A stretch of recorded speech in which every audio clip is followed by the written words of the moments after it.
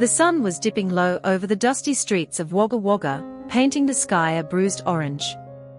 In the corner booth of the Royal Tavern, two mates, Karen Thompson and Mick O'Connell, sat hunched over their schooners of Tooheys new. The pub was alive with the usual Friday night hum, blokes shouting over the footy on the telly, the clink of glasses, and the occasional burst of laughter. But Karen and Mick weren't here for the vibe. They were locked in a heated yarn about the federal election that had just torn through Australia like a bushfire on the 3rd of May, 2025. The results were still sinking in, and the air was thick with opinions, regrets, and what ifs. Karen, a 52-year-old primary school teacher, with a sharp tongue and a heart as big as the outback, leaned forward, her glasses slipping down her nose. "I'm telling YA, Mick. Albo's mob have stuffed it. Stuffed it proper. You seen the cost of groceries lately? I'm spending half me pay just to put mince and spuds on the table. And now they are banging on about economic recovery like it's some bloody miracle they've pulled off. Recovery, my ass." Mick, a 55-year-old mechanic who'd been fixing utes and tractors since he was a teenager, snorted and took a swig of his beer. His hands were calloused, his flannelette shirt stained with grease from a long day at the garage. "Mate, you're preaching to the choir. But don't go thinking Dutton's lot would have been any better. All that talk about cutting red tape and bringing back jobs, it's just hot air. They'd have us selling our coal and gas to China faster than you can say climate change. Meanwhile, me power bill's through the roof, and the missus is stressing about whether we can keep the kids in uni." The election had been a brutal one. Anthony Albanese's Labour Party had clung to power by the skin of their teeth, scraping together a minority government with the support of a few independents. Peter Dutton's Liberal National Coalition had come close, too close for comfort, riding a wave of frustration from regional voters and small business owners. The campaign had been a circus of promises and mudslinging, with both sides claiming they'd fix the economy, tackle climate change, and sort out the housing crisis. But for folks like Karen and Mick, it felt like the pollies were just shouting into the void. Karen jabbed a finger at Mick, her voice rising. "You know what gets me? They are all banging on about jobs, jobs, jobs.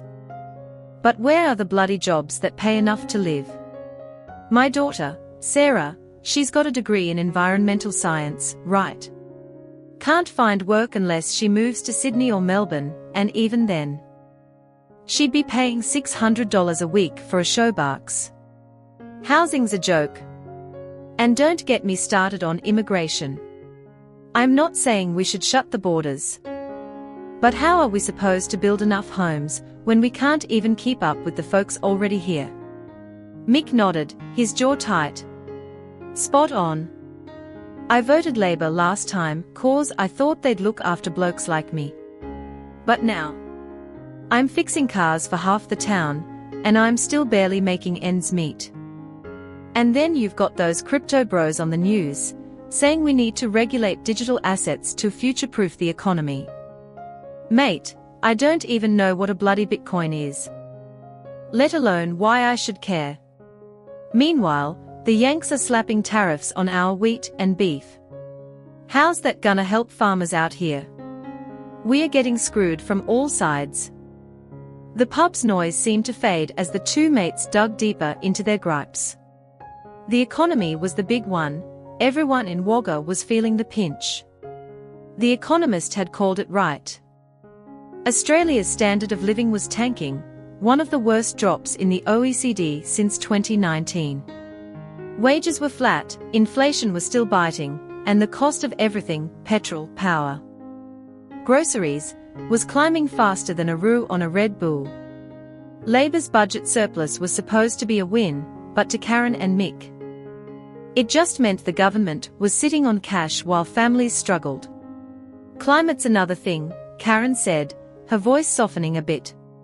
"I teach these kids, right? They are scared.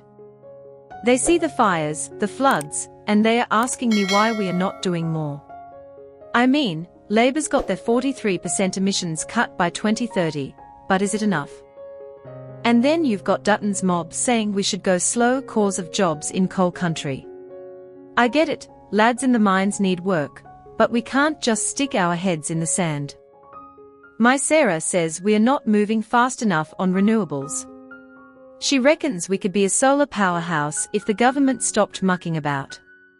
Mick leaned back, scratching his stubble. Yeah. But it's not that simple, is it? I'm all for wind farms and solar, but the grid's a mess. You seen how often we get blackouts out here? And the cost of switching everything to electric, trucks, machinery, all of it. It's not like I can just flick a switch and turn me garage into Tesla's bloody showroom. Plus, the farmers are copping it with all these green regulations. Mate of mine runs cattle up near Dubbo, says he's drowning in paperwork just to prove he's not killing the planet. The conversation took a darker turn as they touched on the global stage. Trump's return to the White House had sent shockwaves through Australia's trade networks. His 10% tariff on imports to the US was already threatening Aussie exporters. From grain farmers to winemakers. Karen shook her head. We are supposed to be mates with the Yanks, but they are hanging us out to dry. And China's still playing hardball with our barley and lobsters. How's a small town like ours supposed to keep going when the big players are squeezing us? Mick drained his glass and slammed it down a bit too hard. It's all connected, isn't it? The economy, the climate, the trade wars. And then you've got the bloody housing crisis.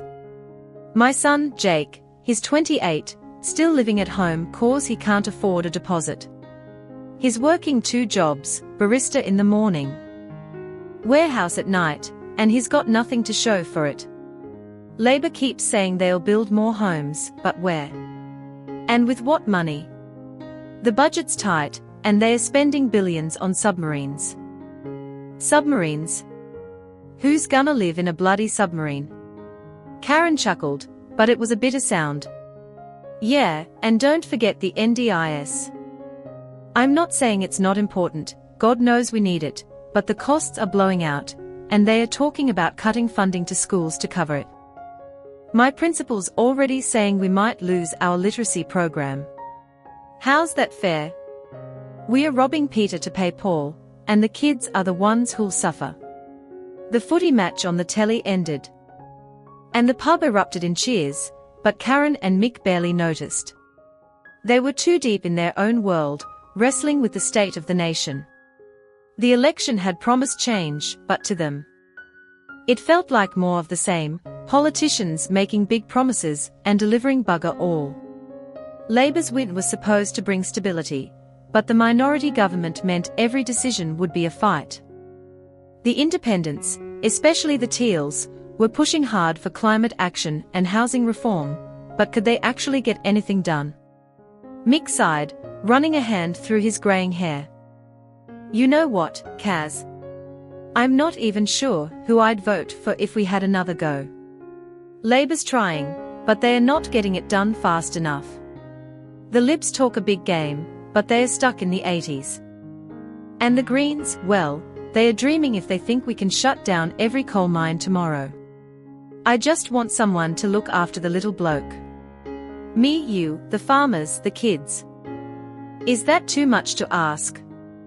Karen stared into her beer, her expression softening. Nah, it's not. But I reckon we are on our own for now. We've got to keep pushing, right to the MP. Show up at the town halls, teach the kids to care. Sarah's out there marching for climate action, and I'm proud of her, even if I don't always get it.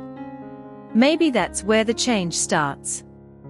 Not with Albo or Dutton, but with us. The bartender called last drinks, and the pub started to empty out. Karen and Mick paid their tab and stepped into the cool night air. The stars blazing above the quiet streets of Wagga. They didn't have all the answers, hell, they didn't have half of them, but they had each other, and they had their voices. In a country grappling with a shaky economy, a warming planet, and a future that felt more uncertain than ever, that was something to hold on to. As they parted ways, Karen called out, "Oi, Mick.